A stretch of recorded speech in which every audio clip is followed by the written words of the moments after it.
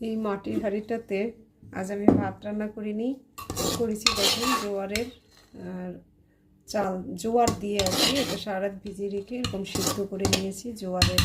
এটা দিয়ে fried rice করা যায়, বিভিন্নভাবে খাওয়া যায়। তো আমি আজ একটা টিফিন বক্স সাজাবো, সেটাই দেখাচ্ছি এখানে। তো এই যে টিফিন বক্স নিয়েছি একটা, এখানে আমি প্রথমে হচ্ছে একটু জোয়ারের সেই সিদ্ধ করা চাল নিয়ে নেই, অল্পই নেব, বেশি নেব না, বাস।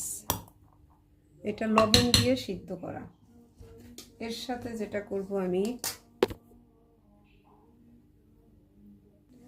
এতে আমি একে একে টমেটো দিয়ে দিব, শসা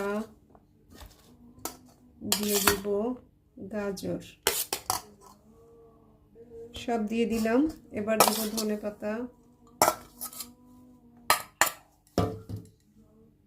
দিয়ে দিব হচ্ছে পিঙ্ক সল্ট, দেব হচ্ছে এই যে এক্সট্রা ভার্জিন অলিভ অয়েল অল্প একটু, যেহেতু সালাদ।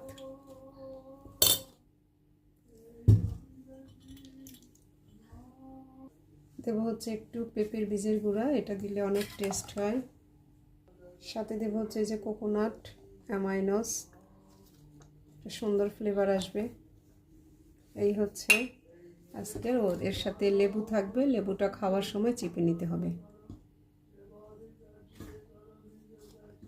আর একটু মরিচ দিয়ে রাখলাম যদি লাগে, বাস। আর টিফিন বক্স অবশ্যই এরকম স্টিলের বাটিতেই হওয়া উচিত।